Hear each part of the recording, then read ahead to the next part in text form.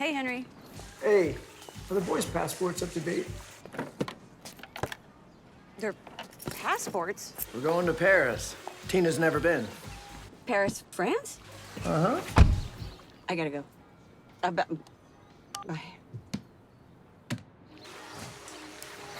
So, how'd she take it? Like a champ. Oh, you've gotta be kidding me! Paris! The only place I've wanted to go since I was a kid. This is not happening! This is not happening! Ugh. I'd hate to see her in traffic. Yeah. Welcome to Kermode Uncut. As you probably know, there's a new movie out this week called Mother's Day. It's a new film by Gary Marshall, who way back in the past made films like Pretty Woman before deciding that what he really wanted to do was to specialise in the cinematic equivalent of a greeting card full of sick. I thought this would be a perfect opportunity to give you my top 5 worst calendar-related movies of EVs.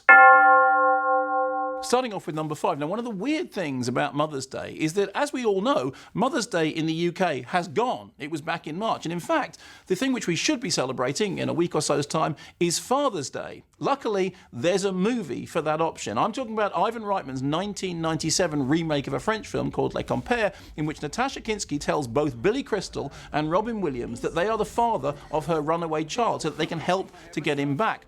Julia Louis-Dreyfus got a Golden Raspberry nomination for Worst Supporting Actress. Sadly, she was beaten to the punch by Alicia Silverstone in Batman and Robin. Oh, tough call. At number 4, Labour Day, a real surprise flop from Jason Reitman. The plot is basically this. Josh Brolin is an escaped prisoner who kidnaps Kate Winslet and her son and ties her to a chair. He's a dangerous man, but he can also chop wood, fix a door, and make a handsome peach cobbler. Basically, he's one boat sanding away from being a Nick Sparks hero. She falls in love with him. I would have called the cops. At number 3, a movie which crops up regularly here on Kermode Uncut, Ernest Saves Christmas. Forget Santa Claus versus the Martians. This is genuinely the worst Christmas movie ever made, in which Jim Varney plays a rubber-faced character who had been invented for the purpose of advertising products like Coca-Cola and reminds us all why we hate Christmas so much. The one good thing about this movie, I've said it once, I'll say it again, is the movie within a movie called Christmas Sleigh. He knows if you've been bad or good, and he's got an axe. Into the top 2 now, and at number 2, Leap Year, or as I like to call it, Leapy Ear, a film which Matthew Good was due to do an interview with us on Radio 5, but he skipped out of the interview because by that point we'd seen the film. He basically plays a lovable Irish rogue who has studied at the Top of the Morning Academy for aspiring leprechauns and screen Guinness drinkers. Amy Adams is no better as the fish out of water who decides to use the 29th of February, the one day that a woman can propose to a man, apparently in a previous century, to propose to a man, except the wrong man. The right man is Matthew Good. Really?